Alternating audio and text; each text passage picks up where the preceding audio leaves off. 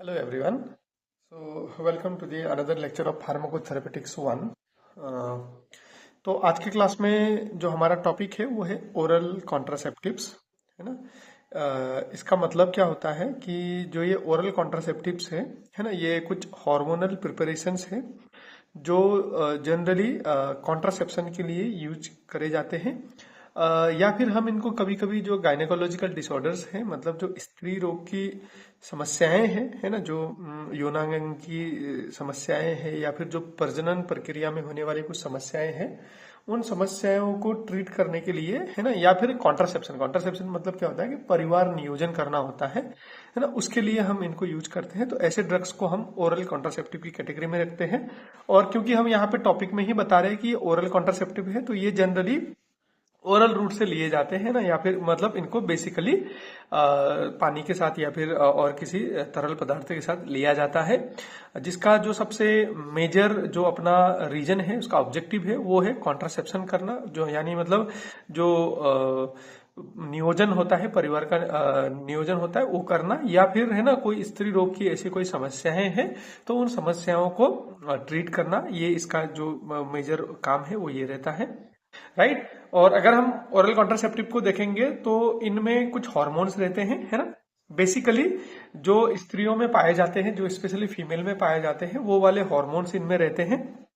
और कभी कभी क्या होता है कि ये जो हार्मोन है ये कॉम्बिनेशन में मिलते हैं, है ना। इन टैबलेट्स में जो कॉम्बिनेशन में इनके प्रिपरेशन मिलते हैं, और कभी कभी इसमें से एक ही हार्मोन भी यूज होता है इन इन ड्रग्स में एज एक्टिव फार्मास्यूटिकल इंग्रेडिएंट्स, है ना। तो जिसमें दो से ज्यादा हार्मोन या दो हार्मोन रहते हैं, है ना, ऐसे को हम बोलते हैं कंबाइंड पिल्स। कंबाइंड मतलब जहां पे दो जो हार्मोन है उनको हमने कंबाइन करके बनाया हुआ है, ऐसे को हम बोलते हैं कंबाइंड पिल। जनरली इसमें इस्ट्रोजन नामक हार्मोन और प्रोजेस्टिन नामक हार्मोन, दो हार्मोन रहते हैं। और ऐसे ही एक दूसरा वाला पिल रहता है जिसमें खाली प्रोजेस्टिन ही रहता है, तो इसको मिनी पिल बोलते हैं, या फिर इसको हम सिंगल पिल भी बोलते हैं, है ना। तो ये जो मिनी पिल रहता है ये साइज में एक्चुअली छोटा भी रहता है, इसीलिए इसको हम मिनी पिल भी बोलते हैं। और इसमें जनरली एक ही हार्मोन रहता है, जबकि जो हमारा कंबाइंड पिल है उसमें दो हार्मोन रहते हैं, इस्ट्रोजन और प्रोजेस्टेरोन नाम के। तो ये जो ओरल कॉन्ट्रासेप्टिव है ना, ये एक बहुत ही कारगर साबित होता है, बहुत ही इफेक्टिव जो है वो मोड ऑफ कॉन्ट्रासेप्शन है। फैमिली प्लानिंग का एक बहुत ही most effective type of method इसको माना जाता है। और ये वर्ल्ड वाइड, इंडिया में ही नहीं वर्ल्ड वाइड में बहुत ज्यादा उपयोग में लाया जाने वाला मेथड से, स्पेशली फॉर फैमिली प्लानिंग, है ना, परिवार नियोजन करने के लिए। या फिर हम बेसिकली इसको अगर बहुत सिंपल भाषा में बोले तो जो बच्चे पैदा होते हैं ना, जो उन बच्चे के बीच में जो गैप रहता है ना, उस गैप को मेंटेन करने के लिए, है ना, प्रॉपर गैप को मेंटेन करने के लिए, ताकि उनको सही तरीके से उनकी डेवलपमेंट हो जाए, सही तरीके से उनको न्यूट्रिशन दिया जाए, सही तरीके से उनको एजुकेशन दिया जाए, जो भी उनका भरण पोषण है वो सही तरीके से हो जाए, कोई भी ऐसी शारीरिक, मानसिक या फिर कोई भी आर्थिक ऐसी समस्याएं ना आए, उसके लिए जो परिवार में एक प्लानिंग चलती है, जो एक नियोजन रहता है, उसको हम बोलते हैं फैमिली प्लानिंग, है ना। तो उसके लिए बेसिकली बहुत सारे मेथड्स है, उनमें से जो एक सबसे ज्यादा यूज करा जाने वाला मेथड है वो है ओरल कॉन्ट्रासेप्टिव, राइट। जब हाउएवर ये इसका इफेक्टिवनेस तो बहुत ज्यादा है, ये बहुत ही कारगर साबित होता है ना, अगर हम इसको अच्छी तरीके से यूज कर रहे हैं और हमने इसको यूज करने में या फिर इसको एडमिनिस्टर करने में कोई भी दिक्कतें हमारे साइड से नहीं है, तो इसका 99% तक इफेक्टिवनेस देखने को मिलता है ना। रिपोर्टेड 97 से लेकर 90% तक इफेक्टिवनेस देखने को मिलती है इसकी, बहुत ही अच्छा है।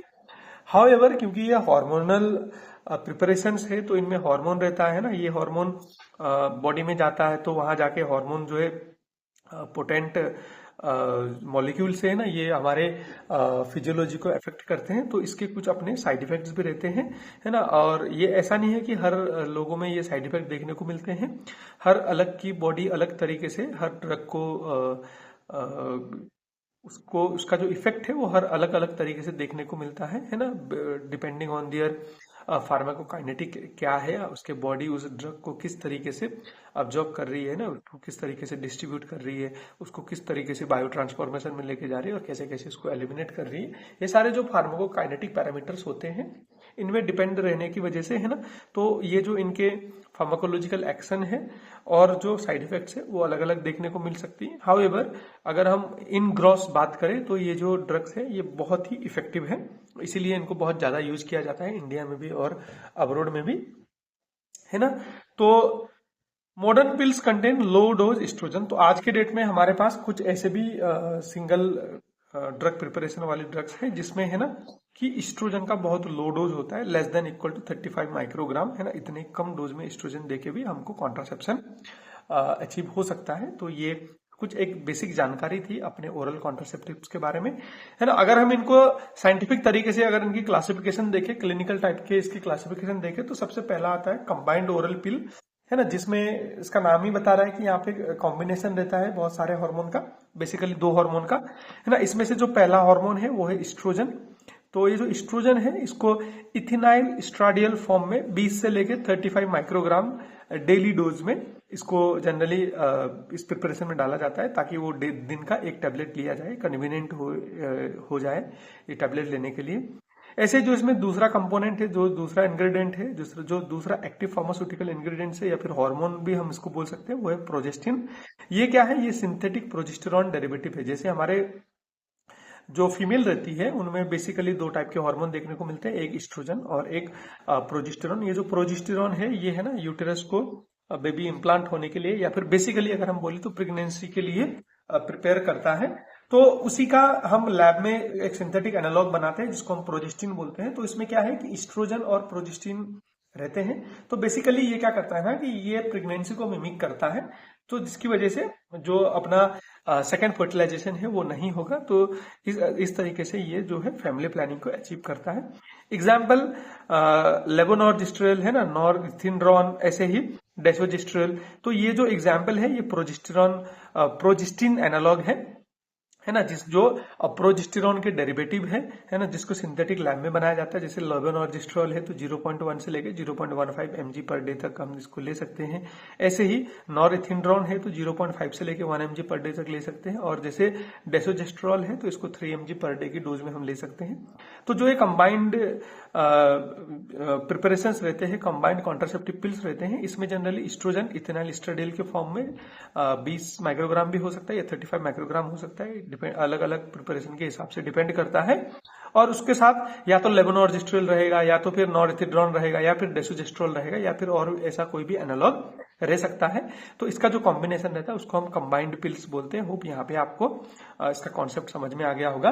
तो ये जो कंबाइंड पिल्स रहता है इसका कुछ अलग अलग रेजिमेंट्स हमको देखने को मिलती है प्रैक्टिकल लाइफ में। तो जो अपना पहला जो सबसे कॉमन रेजिमेंट है ना, मालाडी मालायन बोल के मार्केट में मिलता है, और इसमें जो है 21 एक्टिव पिल्स रहते हैं, 7 प्लेसोबो पिल्स रहते हैं। जो एक्टिव पिल रहते हैं, एक्टिव पिल में जो है इथेनॉल एस्ट्राडियल और फिर एक प्रोजेस्टेरॉन हार्मोन रहता है जो एक्चुअली कॉन्ट्रासेप्शन का काम करता है। और जो 7 पिल्स है वो ताकि 28 डेज का जो मेंस्ट्रुअल साइकिल रहता है वो एक आदत भी बनी रहे, इसका जो अडेरेंस है, कंप्लायंस है वो भी बना रहे, और लोगों को कंफ्यूजन ना हो कि कब ड्रग चालू करना है कब बंद करना है, ताकि लोग उसको कंटिन्यूअसली लेते रह सके। उसको कंफ्यूजन अवॉइड करने के लिए उसमें 7 प्लेसोबो पिल्स भी रहते हैं। ऐसे एक दूसरा प्रिपरेशन आता है जिसमें जो 24 पिल्स है वो एक्टिव रहती है और उसमें 4 प्लेसोबो पिल्स रहते हैं। ये लेस कॉमन है, हाउएवर 21 और 7 वाला ज्यादा कॉमन है इंडियन मार्केट में।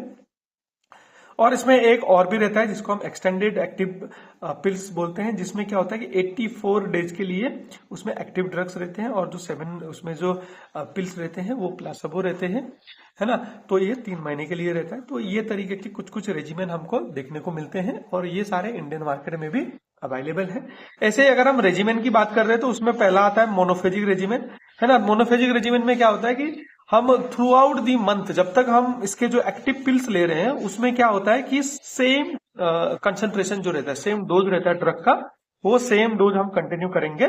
ऐसे जो बाइफेजिक वाला रहता है, बाइफेजिक में क्या होता है 2 डोज की वेरिएशन रहता है, और ट्राइफेजिक में क्या होता है इसमें 3 डोज के वेरिएशन होते हैं। मतलब पहले 5-10 दिनों में अलग डोज रहेगा, फिर उसके बाद के दिनों में अलग डोज रहेगा।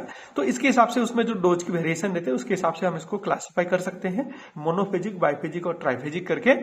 हाउएवर ये इतना पॉपुलर नहीं, जो इसमें सबसे पॉपुलर है वो मोनोफेजिक ही है, और 21 एक्टिव पिल्स प्लस 7 प्लेसोबो पिल्स वाला ही बहुत एक्टिव हमको इंडियन मार्केट में देखने को मिलता है है ना। ऐसे ही जो है कंबाइंड पिल्स रहते हैं, इसमें जो प्रोजेस्टोन है, जो प्रोजेस्टिन है, ये प्रोजेस्टिन कौन सा जनरेशन का है, फर्स्ट जनरेशन का है, सेकंड जनरेशन का है, थर्ड जनरेशन का है या फोर्थ जनरेशन का है, उसके हिसाब से भी हम कंबाइंड पिल्स को क्लासिफाई कर सकते हैं। प्रोजेस्टेरोन फर्स्ट जनरेशन का रहेगा तो हम उसको फर्स्ट जनरेशन पिल्स बोलते हैं, प्रोजेस्टिन सेकंड जनरेशन का रहेगा तो हम उसको सेकंड जनरेशन पिल्स बोलेंगे, थर्ड जनरेशन का रहेगा तो थर्ड जनरेशन कंबाइंड पिल बोलेंगे। ऐसे जनरेशन के हिसाब से भी हम इनको क्लासिफाई कर सकते हैं। होप यहाँ पे आपको ये जो छोटा सा कॉन्सेप्ट है ये समझ में आ गया है। तो अब हम यहाँ पे आगे बढ़ते हुए देखेंगे कि जो मिनी पिल की बात कर रहे थे हम, जिसमें सिंगल हार्मोन रहता है, जो हमने डिस्कस करा था प्रोजेस्टिन ओनली पिल्स, इसमें बेसिकली जो इंडियन मार्केट में बहुत अवेलेबल है, वाइडली अवेलेबल है, वो है नॉर्थिनड्रॉन।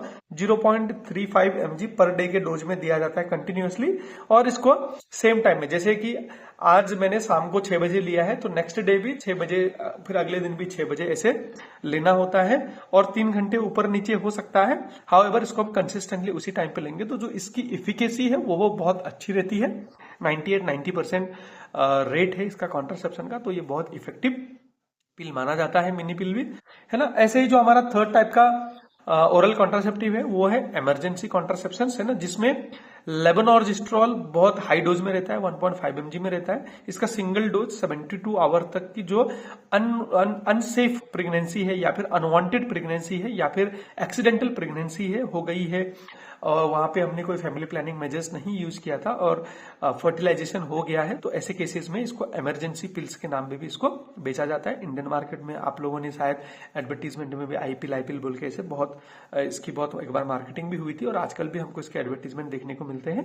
इसमें जो एक्टिव इंग्रेडिएंट्स रहता है वो लेवोनॉर्जिस्ट्रॉल रहता है, जो अगर कहीं पे अनप्रोटेक्टेड सेक्स हो गया है ना, या फिर कहीं पे फैमिली प्लानिंग ऐसा नहीं था, कुछ एक्सीडेंटल हो गया, या फिर कोई फिजिकल बैरियर मेथड था और वो स्लिप हो गया, टियर हो गया, या कुछ भी ऐसे और भी रीजन हो गए जिसकी वजह से अनप्लान्ड प्रेगनेंसी हो गई है या फिर फर्टिलाइजेशन हो गया, तो ऐसे 72 आवर्स तक हम इन इमरजेंसी कॉन्ट्रासेप्शन को यूज करके हम प्रेगनेंसी से अवॉइड कर सकते हैं, प्रेगनेंसी को अवॉइड कर सकते हैं।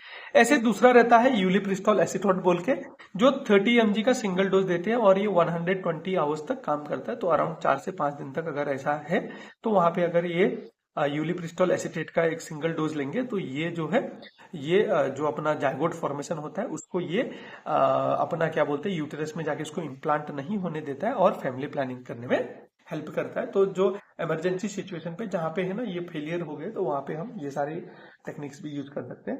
तो ये जो अपना हम ओरल हार्मोन्स या ओरल कॉन्ट्रासेप्टिव्स की बात कर रहे हैं तो ये बेसिकली कैसे काम करते हैं इसके बारे में हम देखेंगे कि इनका मैकेनिज्म ऑफ एक्शन क्या रहता है। बेसिकली हम पहले यहाँ पे देखेंगे कंबाइंड पिल्स का, जिसमें ईस्ट्रोजन और प्रोजेस्टेरोन रहते हैं। तो जैसे ही ईस्ट्रोजन और प्रोजेस्टेरोन एक फीमेल के बॉडी में जाते हैं तो ये क्या करते हैं, हाइपोथैलेमिक सिस्टम में जाके जो वहां पे जीएनआरएच हार्मोन है, एनालॉग है ना, उसको इनहिबिट कर देते हैं। तो ये जो अगर ये जो रिप्रोडक्टिव हार्मोन है इसको अगर ये इनहिबिट कर देगा तो क्या होगा, जो फोलिकल स्टिमुलेटिंग हार्मोन है, मतलब जो फोलिकल्स को मैच्योर करने वाला फोलिकल स्टिमुलेटिंग हार्मोन है जिससे ओवम मैच्योर होता है, ये उस हार्मोन को क्या कर देगा, ब्लॉक कर देगा, इनहिबिट कर देगा, जिसकी वजह से क्या होगा कि ये जो फॉलिकल है ये मैच्योर नहीं हो पाएगा, ये एफएसएस नहीं रहेगा। तो फिर ये जो एलएच रहता है ना, क्योंकि यहाँ पे प्रोजेस्टेरोन इफेक्ट आएगा, बॉडी मिमिक करती है प्रेगनेंसी को, और फिर जो अपने ओवम है वो पहले तो बन ही नहीं रहा है, अगर बन भी रहा है तो वहां पे ऐसा लगता है कि नहीं यहाँ पे ऑलरेडी प्रेगनेंसी है, तो ये फॉलिकल जो है ये मैच्योर नहीं होना चाहिए, क्योंकि डबल प्रेगनेंसी एक अननेचुरल लॉ है ना। इसकी वजह से क्या होता है कि ये जो प्रोजेस्टेरोन इफेक्ट है वो देखने को मिलता है। फिर जो ल्यूटिनाइजिंग हार्मोन है वो भी कम हो जाता है। अब ल्यूटिनाइजिंग हार्मोन ही नहीं रहेगा तो जो ओवम है वो मैच्योर भी नहीं होगा और वो ओवम रिलीज भी नहीं होगा, मतलब अंडा जो उसमें एग रहता है वो रिलीज नहीं होगा, जो एग है वो रिलीज नहीं होगा, तो फिर वहां पे प्रेगनेंसी होने की चांसेस नहीं है, जिसकी वजह से कॉन्ट्रासेप्शन होगा। ये जो है ये सबसे मेजर मैकेनिज्म है इसका। और जो दूसरा मैकेनिज्म है वो क्या होता है कि सर्वाइकल म्यूकस थिकनिंग हो जाता है। जो अपना यूट्रस का सर्विक्स है उसका जो नेक रीजन है उसमें जो म्यूकस है वो बहुत थिक हो जाता है, जिसकी वजह से जो स्पर्म है वो इसको अच्छी तरीके से पेनिट्रेट नहीं कर पाता है। अगर पेनिट्रेट भी करता है तो इसकी मोर्टेलिटी इतनी अचीव नहीं होती जिसकी वजह से ये जाके फर्टिलाइज हो सके। तो ये भी एक एडिशनल मैकेनिज्म हो जाता है जो कॉन्ट्रासेप्शन में हेल्प करता है। ऐसे ही जो अपना थर्ड मैकेनिज्म है वो है इंडोमेट्रियल एट्रोफी। इसका मतलब क्या है कि अनरिसेप्टिव इंडोमेट्रियम हो जाता है। जो अपना यूटेरस है वो एग को जो फर्टिलाइज्ड एग है जिसको हम जाइगोट बोलते हैं उसको रिसीव करने के लिए, है ना, उसको इम्प्लांट करने के लिए रेडी नहीं है ना, क्योंकि यहाँ पे प्रोजेस्टेरोन इफेक्ट है ऑलरेडी। तो जो इसका फोर्थ मैकेनिज्म है वो है रिड्यूस्ड ट्यूबल मोटिलिटी, मतलब जो अपना फर्टिलाइजेशन प्रोसेस है ना वो तो एम्पुलर रीजन में होता है फैलोपियन ट्यूब के, जो फीमेल की ओवरी से एग आता है और यहाँ से जो स्पर्म जाता है, तो दोनों का जो फर्टिलाइजेशन है वो एम्पुलर रीजन पे आता है। तो अब ये जो फैलोपियन ट्यूब है इसकी मोटिलिटी कम हो जाएगी, तो स्पर्म सही तरीके से एम्पुलर रीजन पे टाइम पे नहीं पहुंच पाएगा, जिसकी वजह से भी फर्टिलाइजेशन नहीं होगा, है ना। तो ये जो बेसिकली ये जो 3-4 मैकेनिज्म है ये साथ में कंबाइंड तरीके से काम कर रहे हैं और ये जो प्रेगनेंसी है उसको होने से रोक रहे हैं, इसीलिए इनकी इफिकेसी जो है वो बहुत ही ज्यादा है। जैसे मैंने बोला 97 से 99% तक रिपोर्टेड है लिटरेचर में, है ना, जो बहुत ही इफेक्टिव माना जाता है, मतलब कि ये हाईली इफेक्टिव है, ये हम मान सकते हैं, है ना। और इनका इंडिकेशन कहाँ पे, कहाँ पे हम ये जो ओरल कॉन्ट्रासेप्टिव इसको यूज कर सकते हैं। सबसे जो बेसिक तो है तो वो तो कॉन्ट्रासेप्शन, अगर किसी को फैमिली प्लानिंग मेथड्स में जाना है ना, टेम्पोररीली किसी को बच्चे के बीच में गैप रखना है ना, ऐसे कि फैमिली प्लानिंग करनी, तो उस कॉन्ट्रासेप्शन को अचीव करने के लिए इसका बहुत ज्यादा यूज किया जाता है। इसके 99% इफिकेसी अगर इसको सही तरीके से एकदम कंप्लायंस के साथ यूज किया जाए, कहीं कहीं बुक में हमको 97 से 99% में हमको देखने को मिलता है। ऐसे ही कुछ गायनेकोलॉजिकल दिक्कतें हैं, है ना, स्त्री की कुछ समस्याएं हैं, तो वहां पे भी इसको देखने को मिलता है, जैसे डिस्मेनोरिया मतलब होता है कि डिफिकल्टी होती है, बहुत दर्द भरे पीरियड्स रहते हैं। ऐसे ही मेनोरेजिया जहाँ पे जो एक्सेसिव ब्लीडिंग है वो हो जा रही है। ऐसे ही इंडोमेट्रियोसिस, है ना, ये कंडीशन है यूटेरस की जहाँ की इंडोमेट्रियम लेयर पे कुछ मेडिकल कंडीशंस हो जा रही है। ऐसे ही पॉलीसिस्टिक ओवेरियन सिंड्रोम में के ट्रीटमेंट में भी हार्मोन्स का वाइडली यूज किया जाता है आज के टाइम पे। ऐसे ही एक्नी पिंपल्स आ जाते हैं किसी फीमेल पे, तो उनके ट्रीटमेंट में भी हार्मोन इम्बैलेंस को बहुत तवज्जो दिया जाता है। जो उनका हार्मोन है वो इम्बैलेंस होने की वजह से एक्नी और पिंपल जैसे प्रॉब्लम देखने को मिलती है, तो वहां पे भी इनको यूज किया जाता है। ऐसे ही हिर्सुटिज्म है ना, कहीं फीमेल पे एंड्रोगोगिक हार्मोन बढ़ जाते हैं ना, टेस्टोस्टेरोन लाइक हार्मोन बढ़ जाते हैं, एंड्रोजेनिक हार्मोन बढ़ जाते हैं, तो उसकी वजह से जो फीमेल है ना उसके मूछे आए जैसा ऐसा लगता है, मतलब थोड़े थोड़े बाल दिखने चालू होते हैं, तो उसको ट्रीट करने के लिए भी इन हार्मोन्स को यूज किया जाता है। ऐसे ही प्रीमेंस्ट्रुअल सिम्टम्स हो गए, है ना, ओवेरियन सिस्ट हो गए, जैसे पीसीओएस पीसीओडी की कंडीशन पे, उसको भी ट्रीट करने के लिए इन कंबाइंड पिल्स या फिर है ना मिनी पिल्स को वाइडली यूज किया जाता है डॉक्टर्स के द्वारा, गायनेकोलॉजिस्ट के द्वारा।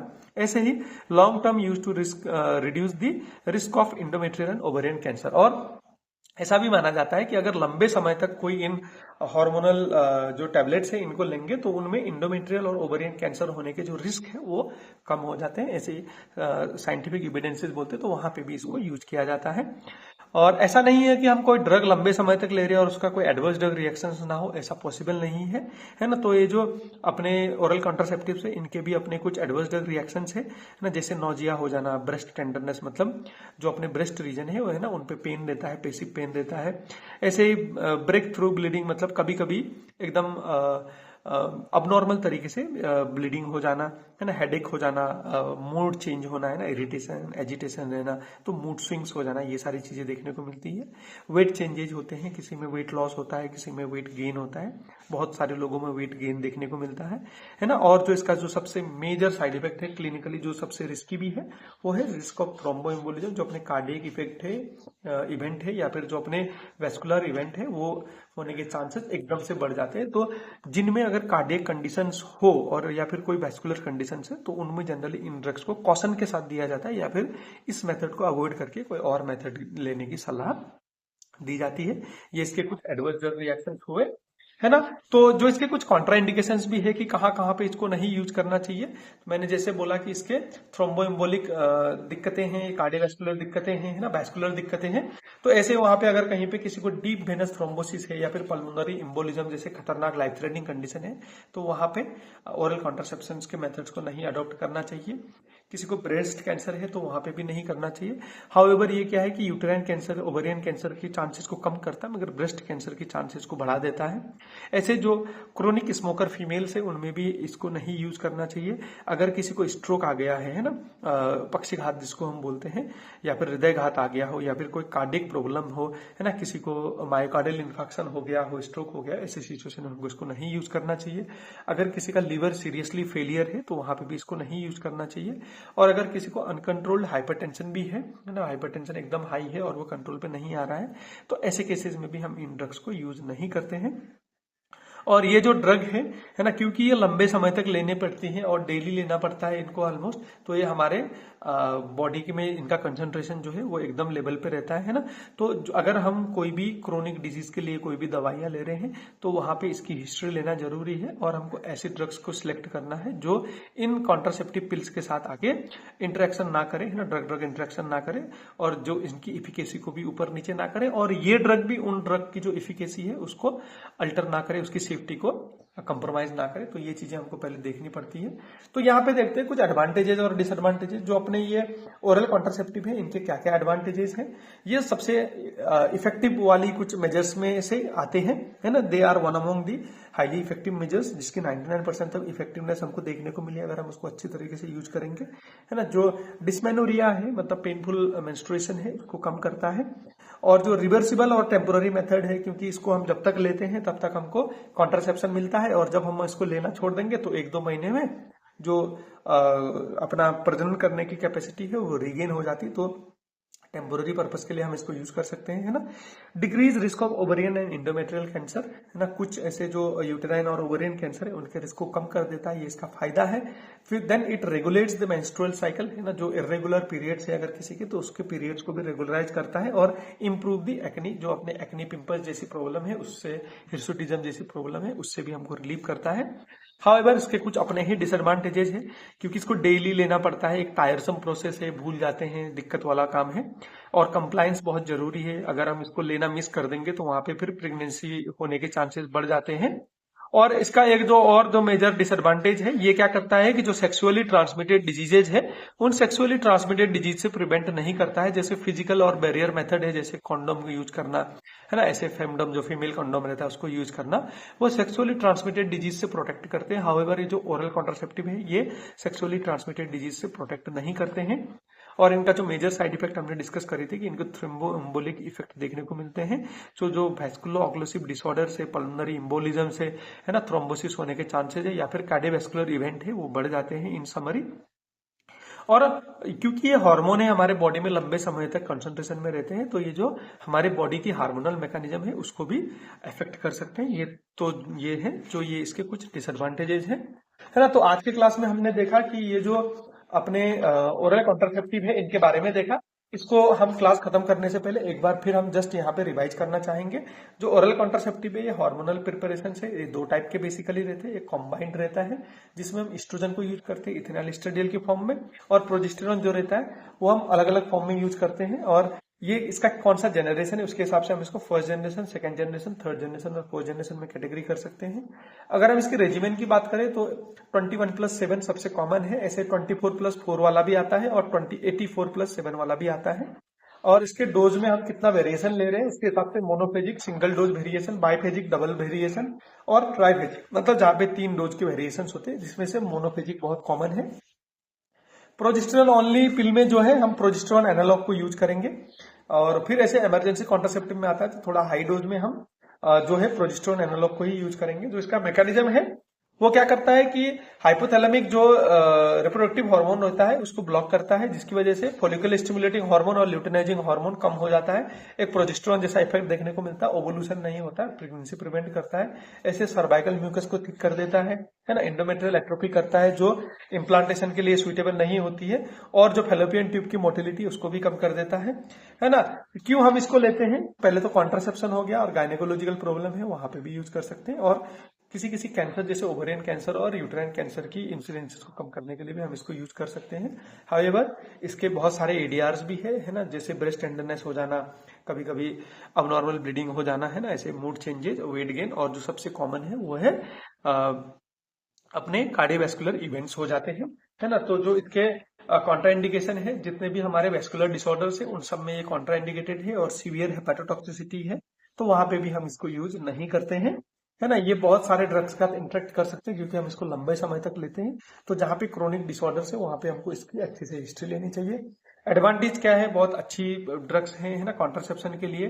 रिवर्सिबल है, जब हम इसको छोड़ेंगे तो हम प्रेगनेंसी को अचीव कर सकते हैं, है ना। ऐसे ही मेंस्ट्रुअल साइकिल को रेगुलराइज करता है ना, पेनफुल मेंस्ट्रुएशन को कम करता है, और जो अपने एक्ने, पिंपल, हिस्टोटिज्म वाली चीजें हैं पीसीओएस में जो दिखने को मिलती है, वो सारी चीजों को कंट्रोल में रखता है। इसके कुछ अपने ही डिसएडवांटेज है, डेली लेना पड़ता है, जो टायरसम प्रोसेस है, कंप्लायंस होना जरूरी है, सेक्सुअली ट्रांसमिटेड डिजीज से नहीं बचाता है, थ्रोम्बोइम्बोलिक इवेंट्स होने के चांसेस बढ़ जाते हैं और हार्मोनल डिसइम्बेलेंस होने के चांसेस बढ़ जाते हैं। तो ये जो हमारा एक शॉर्ट एंड स्वीट टॉपिक था ओरल कॉन्ट्रासेप्टिव्स के ऊपर, ये एग्जाम पॉइंट ऑफ व्यू के लिए बहुत ही जरूरी है। बेसिकली यहाँ से 2 मार्क्स के और 5 मार्क्स के क्वेश्चन हमको टिपिकली देखने को मिलते हैं, 2 marks and 5 marks question typically देखने को मिलते हैं। तो इसका जो नोट है वो तो जैसे आपको मालूम है कि आपको टेलीग्राम चैनल में तो मिल ही जाएगा, है ना। जो ये क्लास है इसको अच्छे से देखिए, इसको पढ़िए, सीखिए और इसको अपने दोस्तों के साथ भी शेयर करिए। अगर इस टॉपिक में आपको कोई ऐसा डाउट है, कंफ्यूजन है, तो आप नीचे कमेंट्स में आके मेरे को पूछ सकते हो। I will happy to address all those comments and discuss the topic with you. Having said that, आपको आपके साथ हम मिलते हैं दूसरा एक अच्छा इंटरेस्टिंग टॉपिक लेके, है ना। तब तक इसको आप अच्छे से पढ़िए। Thank you for listening the today's class.